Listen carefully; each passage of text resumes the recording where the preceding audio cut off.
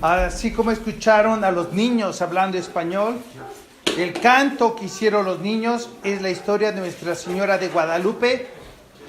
Ellos hablan de Juan Dieguito. Juan Dieguito tenía 50 años. O sea, cuando Nuestra Señora habló a Juan Diego, porque él hablaba dos idiomas, el náhuatl y el español. Y él era bautizado. Todos los aztecas, los indígenas, no vestían bien con ropa, estaban como salvajes, y cuando los misioneros bautizaban a los indígenas, los vestían de blanco. El hecho era que todas las personas que estaban vestidas de blanco eran cristianos. Los indígenas que no tenían vestido no eran cristianos. Y ese hecho va a ser retomado, o sea, cuando Nuestra Señora apareció en México, fue en 1510. Y en 1926, cuando hubo el movimiento cristero, los cristeros se vistieron de blanco, así como se vistieron los bautizados al tiempo de Nuestra Señora de Guadalupe. Y cuando ustedes ven fotografías con los soldados cristeros, tiene las balas, las armas, y entre todas las fotografías siempre hay una persona que no tiene balas y no tiene fusil. Ese era el padre. El sacerdote nunca atacó a nadie y el sacerdote nunca mató a nadie. Hubo pocas excepciones. El padre de la Vega fue una de las excepciones, que él se metió como capitán de un grupo. Él fue herido, casi moribundo. Un sacerdote fue, lo confesó, le dio los santos óleos y murió bien. Al tiempo de Nuestra Señora de Guadalupe, los aztecas tenían pirámides que todavía están presentes en México. Hubo muchas tribus indígenas alrededor, norte, sur, este, oeste. Los aztecas eran los más poderosos, fuertes. Y el culto que ellos tenían a sus dioses era el culto satánico.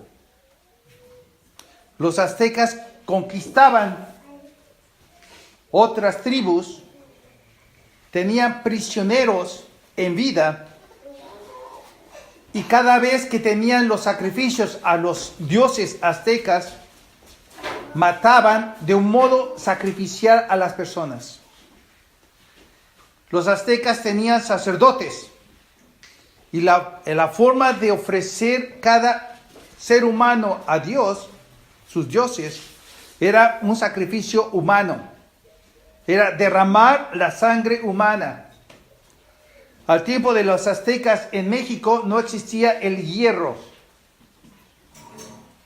En 1500, el metal, el fierro, el hierro fue traído por los españoles de Europa. La forma de cuchillo que tenían los aztecas era de una piedra negra, jade se llamaba. Una piedra muy filosa y cortante. Esa era la forma que el sacerdote azteca metía el puñal, cortaba el vientre de un modo especial. El sacerdote metía la mano, sacaba el corazón y la sangre, y era el ofrecimiento. El cuerpo era tirado atrás de la pirámide con el corazón. Cientos y cientos de personas murieron así. Muchas. Una característica del ministro, sacerdote azteca, pagano y satánico era nunca bañarse. Cabello largo. Uñas sin cortar. Uf.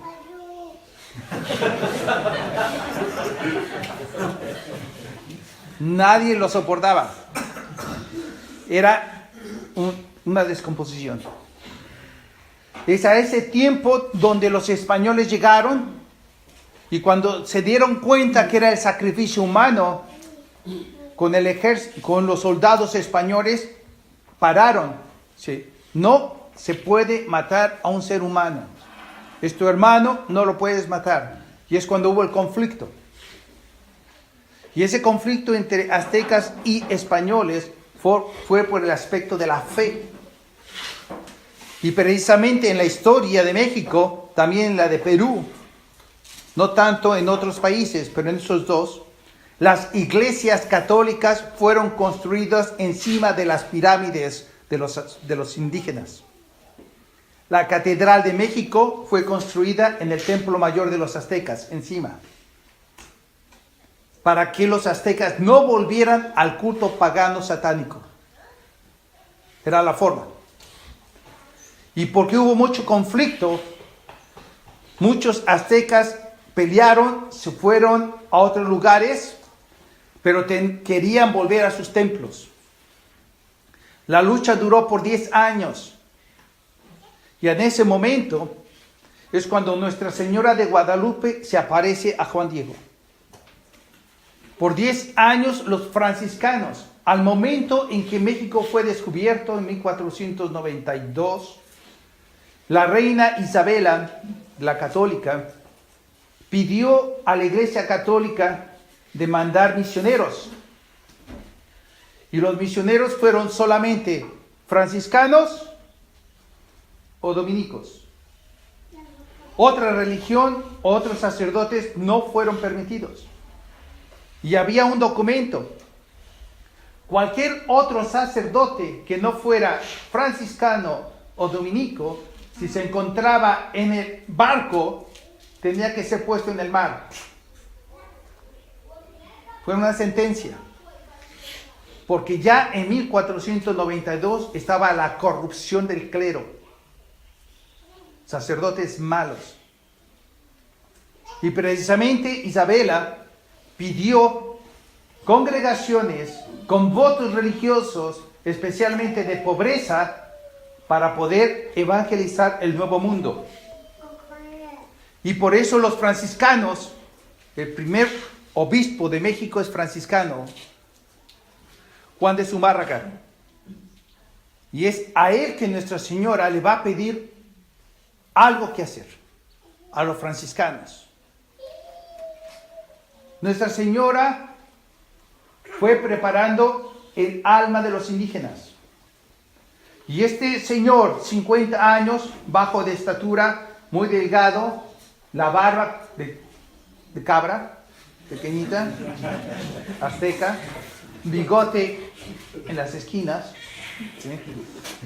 Él caminaba 40 kilómetros de una vez en la mañana, escuchaba el catecismo y regresaba 40 kilómetros a la casa, todos los días. Escuchaba la misa, escuchaba el catecismo, él salía a las 4 de la mañana, caminaba 40 kilómetros, escuchaba, volvía en la tarde, 4 o 5 de la tarde, predicaba en náhuatl, en el dialecto indígena, el catecismo a la gente para convertirlos. Todos los días, 80 kilómetros caminando. Los aztecas no sabían caminar así como caminamos nosotros. La forma de caminar de los aztecas era trotando, todo el tiempo, nunca caminando. Por eso es que cuando los españoles llevaron a España varios aztecas, pensaron que eran animales. No podían comportarse como seres humanos, especialmente en el modo de caminar, casi corriendo. Y eso es lo que hacía y ayudaba a Juan Diego subir las montañas a una velocidad impresionante. Algunos de los soldados del obispo trataron de ver a dónde iba a vivir Juan Diego. Juan Diego corría y los españoles siempre lo perdían. Y es por eso que cuando iba de la casa al templo, Él pasaba en la montaña. Y en la montaña, en este famoso montaña que se llama el Tepeyac, es cuando Juan Diego subió, que escuchó los pajarillos. Y el trino de los pajarillos lo hizo llevar, y es cuando él habló con Nuestra Señora de Guadalupe. Nuestra Señora habló a Juan Diego no en español, habló en náhuatl. Y en la forma que ella se presentó: yo soy la madre del Verbo encarnado, María Santísima, el río de luz que viene del cielo. Y la palabra Guadalupe significa eso: río de luz que viene del cielo. Y como habló en náhuatl, el sonido es Guadalupe. Y por eso los españoles, al escuchar en náhuatl la descripción del río de luz, los españoles la llamaron Nuestra Señora de Guadalupe. Uno de los principales capitanes españoles fue Hernando Cortés, que nació en España en un pueblo llamado Extremadura. Y en ese pueblito pequeño hay una basílica en honor a Nuestra Señora de Guadalupe, que había sido construida cientos de años anteriormente. Por eso Hernán Cortés, un gran hombre de fe, católico 100%, al escuchar el nombre Río de Luz, en español Guadalupe, dijo: ella es Nuestra Señora de Guadalupe. Y el aspecto milagroso es que en Extremadura, en España, hay una basílica donde vive el obispo. Y la silla del obispo, donde se había sentado por mucho tiempo, el carpintero talló una imagen en honor al obispo, que es exactamente la imagen de la tilma de Guadalupe. Exacta. Y precisamente Hernán Cortés la identifica. Y desde entonces, a ese momento, Juan Diego empieza a hablar con Nuestra Señora. Y la forma de Juan Diego, siendo humilde a Nuestra Señora, dice: mi niña del cielo. Mi niña, mamenina, amenina, del cielo. ¿Qué quieres que yo haga por ti? Juan Dieguito, Juanito, yo quiero que vayas con Davi Obispo, Tata Obispo. Tata. El obispo era Tata. Tata es la forma cariñosa de decir padrecito. Ve con Tata Obispo y dile que la Madre de Dios, la Inmaculada Siempre Virgen María, quiere que Él construya un templo en donde Dios viene a bendecir a todos aquellos que vengan al templo. Él ha escuchado vuestras oraciones y Él quiere bendecir por la Inmaculada Concepción esta tierra mexicana. Ese fue el mensaje. Juan Diego escuchó, siguió de camino como todos los días, y al llegar a la casa es donde ahí se va a encontrar que su tío Bernardino, ha sido herido con una flecha con veneno. 5 veces Nuestra Señora se apareció a Juan Diego. Obviamente no quisieron creerle. Cuando Juan Diego trató de volver al templo, en vez de ir por la montaña, fue alrededor, porque él no había cumplido al momento el pedido de la Virgen: ve con Tata Obispo. Pero él tenía una urgencia. el tío, estaba muriéndose. Y Juan Diego fue al lado de la montaña para ir a buscar a un médico a la Ciudad de México. Cuando encontró al médico y lo hizo ir hasta la casa del tío, en el ir y venir, Nuestra Señora se apareció al tío y lo curó milagrosamente. Cuando el médico llegó a la casa, se dio cuenta que el enfermo estaba sano. Y pensó que Juan Diego había hecho burla de él.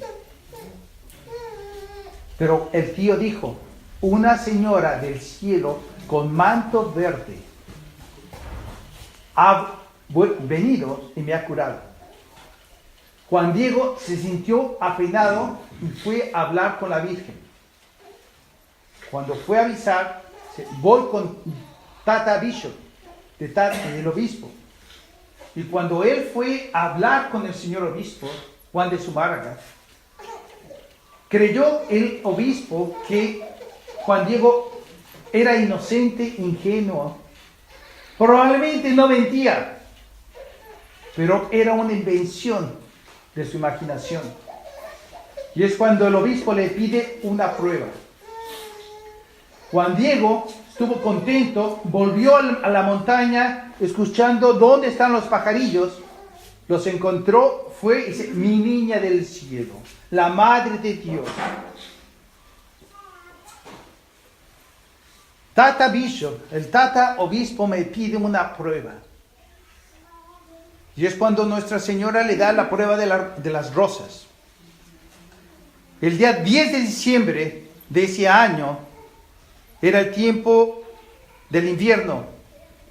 No había flores en la montaña, que normalmente no hay flores en la montaña. Pero Nuestra Señora dijo a Juan Diego, sube más arriba y ahí encontrarás unas flores, córtalas más que puedas y llévalas. Y ese es entonces que en México existe la rosa que se llama de Castilla, que no es propia de México, no existía en México. Nuestra Señora la trajo, la rosa de Castilla. Y cuando Juan Diego subió y encontró las flores en gran número, él cortó el máximo que pudo y la puso en su tilma. Tilma es como algo para cubrir en la noche. Los indígenas no tenían cubiertos y la tilma es hecha de palmas, seca, dura, quebradiza, pero cuando es verde se puede doblar, y es eso lo que tenía Juan Diego. Y cuando él fue cortando las flores, los tomó consigo, y teniendo bastantes fue de vuelta a la casa del obispo. Estando en la casa del obispo, Nuestra Señora le había dicho, no dejéis que ninguna persona vea las rosas. Cuando Juan Diego llegó a la puerta, clac, clac, clac, clac, clac, clac, el mayordomo rechazó y despreció al indio. Sí. Quiero hablar con Tata Obispo. No. Tengo el mensaje y la prueba que él me pidió. No. Y Juan Diego dice, Tata Obispo. Y el mayordomo volteó.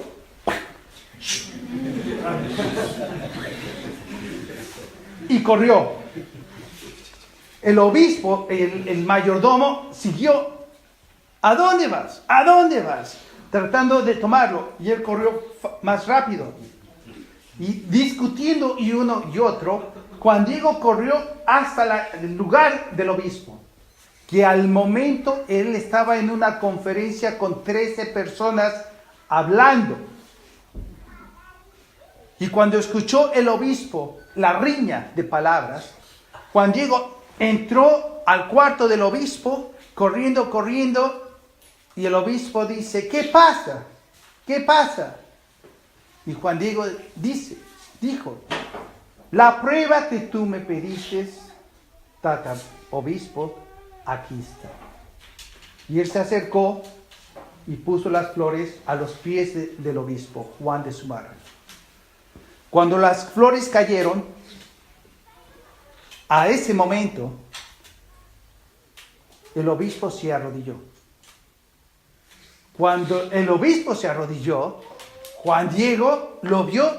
No.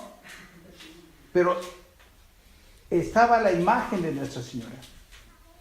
Y cuando Juan Diego se dio cuenta que estaba en él mismo la misma Virgen, la imagen que él había hablado allá en el monte de Tepeyac, Juan Diego se quitó la tilma tenía colgada alrededor del cuello, y deshizo el nudo, y cuando la muestra a la gente, él dice, ella es, y se arrodilla también. A ese momento, en el ojo derecho de Nuestra Señora, es como si Nuestra Señora tomó una fotografía. Y la imagen de Juan Diego arrodillándose se ve en el ojo de Nuestra Señora. Solamente en uno, no en el otro. Por el ángulo en que Juan Diego estaba. En el otro ojo se ven las 13 personas que se arrodillaron al momento de mostrar la imagen de Nuestra Señora de Guadalupe. Todo esto apareció en el año 1950. Y en los años 60, la NASA de Estados Unidos tomó la fotografía y la expandió. Y se dieron cuenta de las 13 figuras que están 3 veces en el ojo de Nuestra Señora. Como si el ojo estuviera vivo. 13 personas de un lado, 13 personas boca abajo, 13 personas al lado. Así como el ser humano en su ojo vivo mira. Nosotros para mirar a una persona tenemos 3 imágenes en el ojo. Y la distancia de la primera imagen de la segunda imagen es más larga que de la segunda a la tercera. Y la segunda siempre es invertida. Eso uno lo aprende en biología y en la forma en que nosotros vemos. Una prueba de eso es un plato. Si usted tiene un plato como la patena del cáliz, siempre que ustedes se reflejan están de cabeza, porque es una imagen. En el ojo son 3. Y precisamente se ha mostrado que en los ojos de la tilma de Nuestra Señora, que son muy pequeñitos, se encuentran 39 figuras. 13, 13, 13. En la misma distancia, perfectamente delineadas. Imposible de pintar. Y tanto es la perfección que al tiempo de 1950, en la sacristía de la Basílica de Nuestra Señora de Guadalupe, había 2 cuadros pintados en óleo. Y los 2 cuadros decían, Obispo Juan de Zumárraga, pero las 2 caras eran diferentes. No sabían quién era el verdadero. Y por si las dudas tenían los 2 cuadros. Al momento del ojo, al momento de ver la ciencia, se dieron cuenta que la imagen en el ojo de Nuestra Señora era perfecta a uno de los cuadros. Y ahí encontraron quién era el verdadero obispo. Y el otro, fuera. El hecho de Nuestra Señora de Guadalupe, al aparecer por la 5ª vez con el milagro de las rosas, tuvo una consecuencia para todo el mundo. Al momento de la aparición de Nuestra Señora, los aztecas dejaron de matar más seres humanos. La conversión de los aztecas se hicieron por millares. La fe católica se exaltó. Nuestra Señora hizo milagros, y milagros hasta el día de hoy. Hay muchos milagros que pasan, no por la misa nueva, pero por la imagen de Nuestra Señora de Guadalupe. Y al decir de los santos como San Ambrosio, los milagros son para gente que no tiene fe. Las profecías, la doctrina es para aquellos que tienen fe. Y es San Ambrosio que dice, así como en el nacimiento de Cristo nuestro Señor en Belén, los 3 reyes magos no eran del pueblo elegido. Los primeros adoradores del niño Jesús fueron del pueblo elegido, porque creyeron la profecía de David. Y se dice que en David, la más pequeña, en Belén, la más pequeña de las ciudades, el hijo de David vendrá a ser el rey. Y es el Mesías, el deseado de las naciones. Es una profecía. Los primeros adoradores fueron los pastores, pero no hubo milagros. Creyeron la profecía. Los 3 reyes magos paganos se convirtieron por la estrella.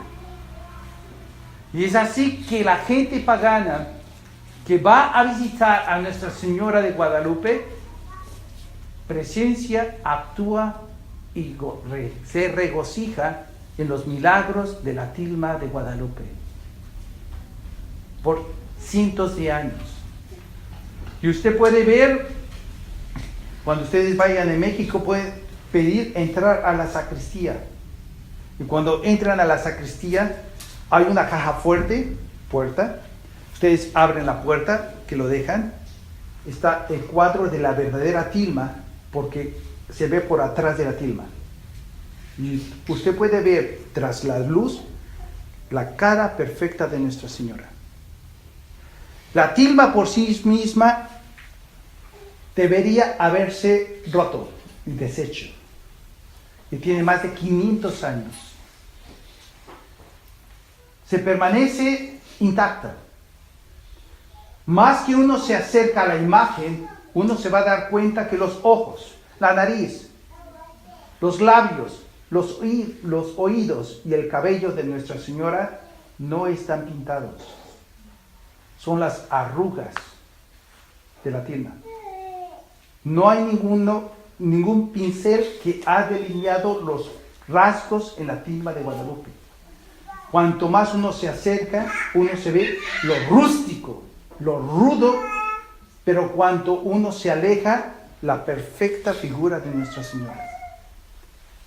Hay muchos milagros, hay muchos sinsaberes, pero lo que sí es seguro es la conversión de muchos cristianos. Entre esas conversiones está en 1926, donde el pueblo mexicano, con un presidente no católico, pero judío, Plutarco Elías Calles, ha querido hacer una persecución religiosa contra los ministros de Dios, contra Dios mismo, contra los templos.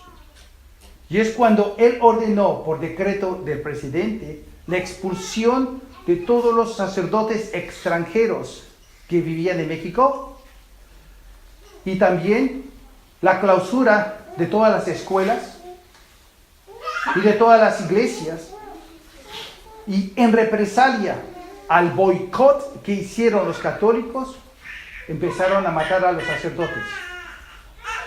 El primer sacerdote que murió públicamente fue el padre Miguel Agustín Pro, jesuita. El padre duró solamente 1 año y medio como sacerdote. Él estaba enfermo de cáncer, se curó milagrosamente en Lourdes, fue mandado a morir a la casa de la mamá. Cuando llegó a México, la persecución sucedió. Después de 1 año y medio, al atentado del presidente Obregón, de parte de 2 hermanos del padre, fueron puestos en cárcel 4 personas, sentenciados. El padre fue inocente, lo mataron fusilado con 3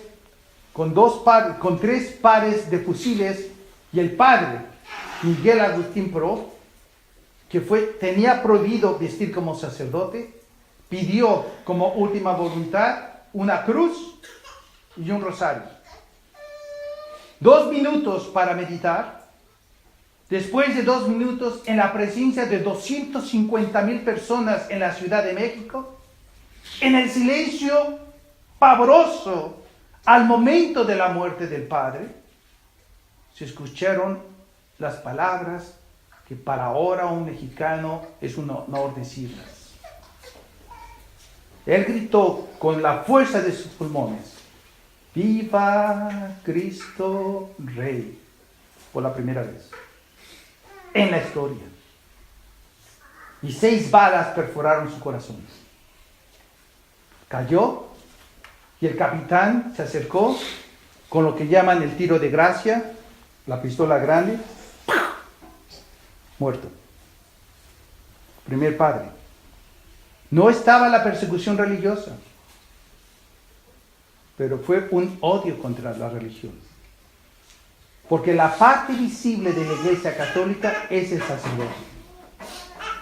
Y es allí donde los otros 2 hermanos murieron, el tercer amigo murieron, y caminando desde la casa de la familia Pro hasta el cementerio, llevando los 4 féretros, 250,000 personas en silencio enterraron al padre mártir mexicano.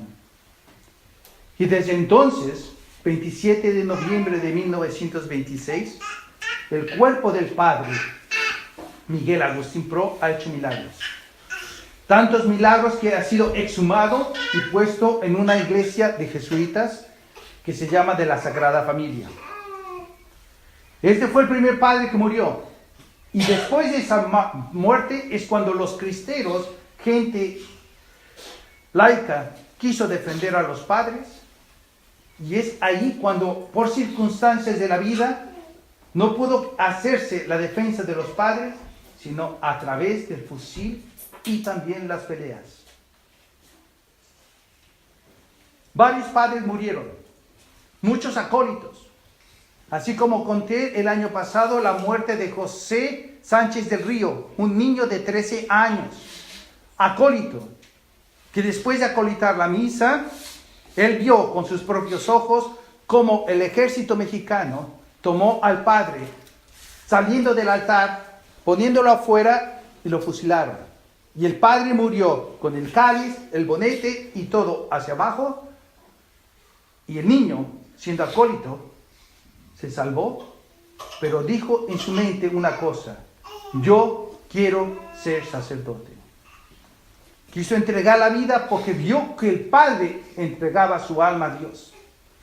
Como era muy pequeño, fue a ayudar a limpiar caballos y después de un tiempo el general le pidió ser el que llevara el estandarte de la Virgen de Guadalupe. Después de 6 meses, él fue capturado prisionero. Él salvó la vida del capitán, dio su caballo. Quedó sin caballo el pequeño José, Joselito, que le llamaban. Fue puesto en la sacristía, torturado por 3 días y amenazado a la muerte de su amigo, que se llamaba Lázaro. Y para espantar al niño, a Joselito, amarraron la cuerda en el cuello de su amigo Lázaro y lo colgaron. Y el cuerpo del niño, Lázaro, permaneció suspendido por 4 días en el árbol. Joselito nunca dijo dónde estaban los padres, no tampoco los cristeros, y le dieron 4 días para decir dónde estaban los lugares de los cristeros. Y el niño siempre le contestó: viva Cristo Rey.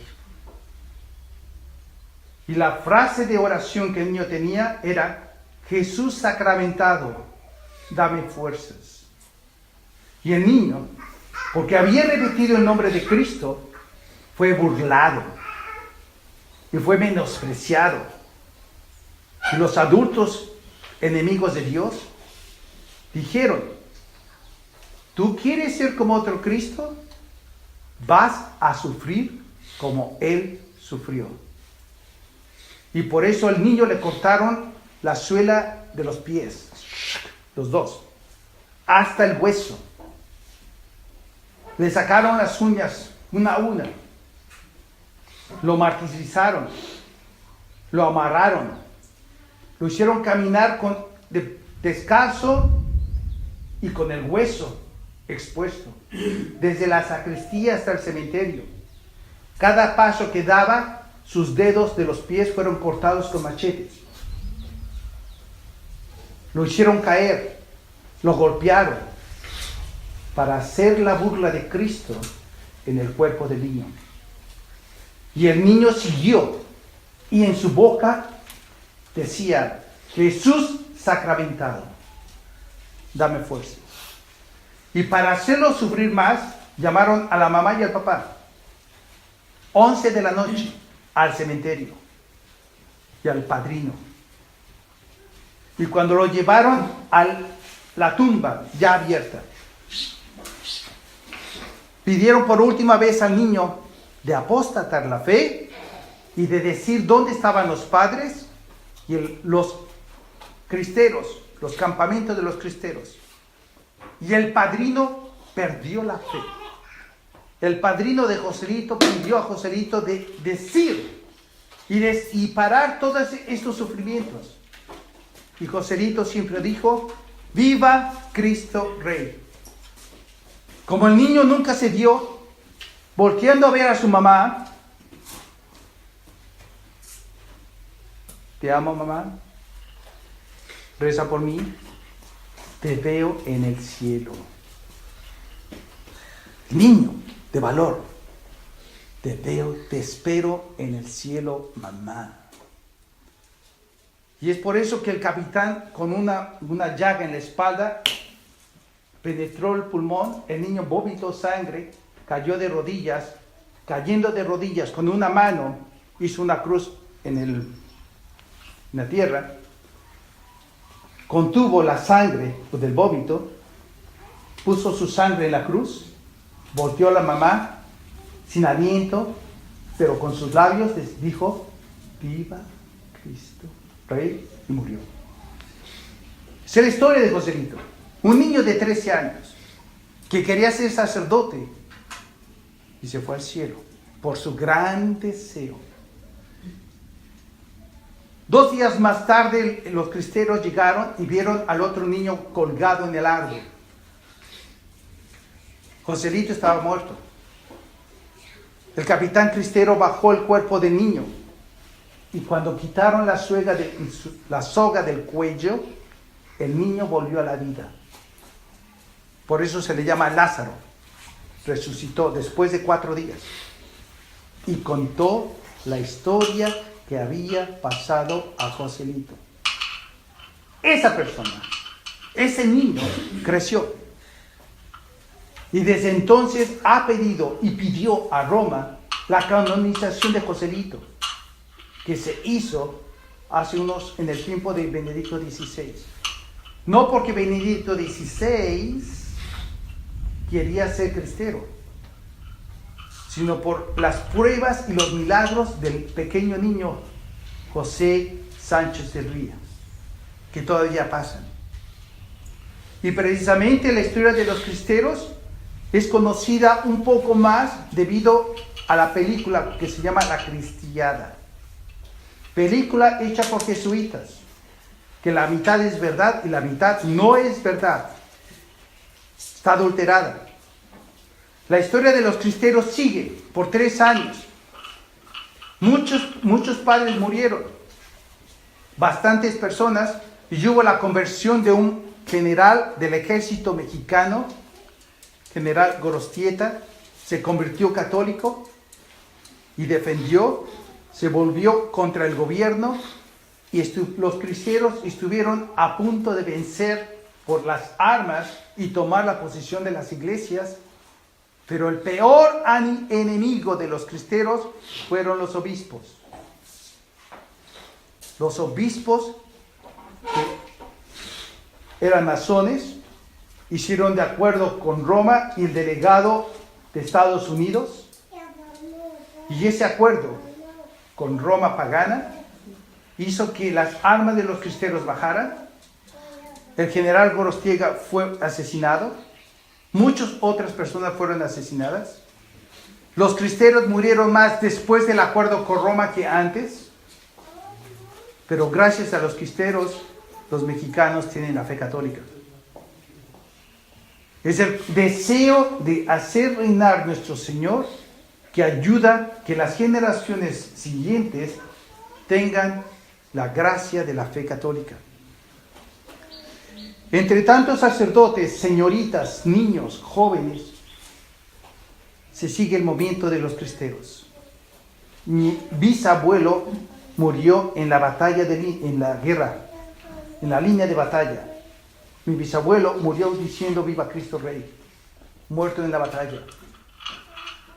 Y precisamente hay algo de nuestro Señor que Él quiere ser rey.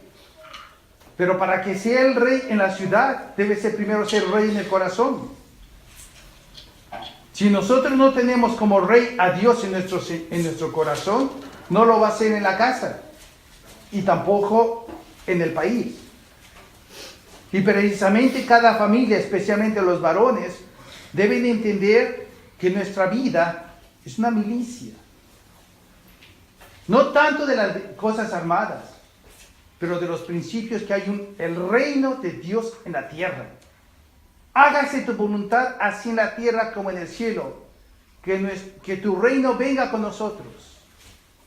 Nosotros pedimos a Dios que su reino de los cielos venga con nosotros. Y nuestro Señor antes, al momento y presente con Pilatos, Pilatos le dice, ¿acaso tú eres rey? Yo por eso he nacido. Mi reino es no de este mundo. Si de este mundo fuera, seguramente mis soldados me hubieran defendido. Cristo no tiene soldados en la tierra, porque los hombres no quieren ser soldados. Pero cuando uno milita y uno dice a nuestro Señor, tú eres mi rey, usted será soldado. Y precisamente la ley del Evangelio es la que debe entrar en nuestras casas, en nuestras escuelas, en nuestras iglesias y en todo el mundo.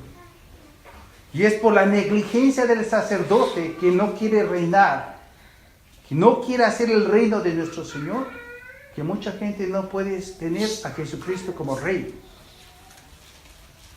Gracias a los cristeros, algunas familias encontraron, por el apoyo del Papa Pío XI, la gran festividad de los cristeros, de Cristo Rey. Y ese es el aliento que Monseñor Lefebvre tenía. Monseñor Lefebvre es un partidario y un predicador del reino social de nuestro Señor Jesucristo en el mundo, en la iglesia, en las familias y en el individuo. Finalmente, entonces, con muchas historias de los cristeros que ustedes pueden ver en 3 años que sucedieron, uno se puede dar cuenta que la sangre de los cristeros, la sangre de los católicos, perpetúa el ejemplo de nuestro Señor. Y para darle una idea concreta que ayuda a Brasil, cuando Cristóbal Colón hizo el primer viaje para venir a América, con las 3 carabelas, la Niña, la Pinta, la Santa María, muchos de los marineros no quisieron entrar más a los barcos. Tenían miedo de ser muertos. Cristóbal Colón juntó a la gente y le predicó: vayamos a buscar el reino de Dios más allá de la tierra, entre los mares, porque existe algo que Dios nos quiere hacer saber. Y como dio una gran arenga, un gran sermón, por decirlo así, a los marineros, le dicen: para que ustedes no vayan para atrás, para que no abandonen su fe, hizo una línea, todos se formaron, tuvo una mesa, un papel, una pluma y un puñal. Uno por uno, con el puñal cortaba un poco en la mano del marinero Dice, con tu propia sangre escribes tu nombre en el papel, porque tú vas a ir en el nombre de la Virgen María a descubrir la tierra. Y un gran nombre de personas, una lista grande de personas que pusieron su propia sangre en el papel, fueron los que trajeron la fe a América. Fueron los que trajeron la fe a Brasil. Quiero decir, la sangre católica de los años 1500 han hecho posible que el día de hoy estemos aquí presentes. Y es su sangre católica de cada uno de nosotros y de ustedes que sus hijos van a ver en 20 y 30 años los mismos efectos de la fe católica, cuando en aquel tiempo las personas dijeron, si creemos, si hay sangre católica, viva Cristo Rey. Depende de ustedes. Que ustedes transmitan la fe a los niños y que los niños en 20 o 30 años digan, la fe de nuestros papás nos trae al cielo. Y por eso el ejemplo de los cristeros es grande de imitar. Los cristeros no tienen más de 100 años, 80 años que murieron. Pero gracias a ellos estamos aquí. Pidamos a Nuestra Señora de Guadalupe que nos haga fiel a su mensaje. Y cuando uno tenga miedo, recordemos sus palabras. Juanito, Juanito, ¿de qué te preocupas? ¿No soy acaso yo tu madre? ¿Acaso tú no estás en mi regazo? ¿De qué te preocupas? Yo cuido de ti. Y es gracias a la Virgen, a la Madre de Dios, la Inmaculada Siempre Virgen María, por la cual nosotros estamos aquí, a pesar de los pesares, a pesar de las traiciones, a pesar de los sacrificios, porque la Virgen nunca miente. Ella ha traído a Jesucristo y por ella podemos ir a Él. Y precisamente es un gran valor en que los cristeros hayan utilizado la vestimenta de la fe católica en blanco para derramar la sangre por la Madre de Dios, la María Guadalupana, que los niños hicieron el favor de cantar. Probablemente ellos no conocen, pero un día seguramente la Virgen les compensará. Y eso es lo único que puedo decir esta tarde por aquel grupo de personas que murieron por la fe en el nombre de los cristianos. Viva Cristo Rey. Se terminó. Bendición.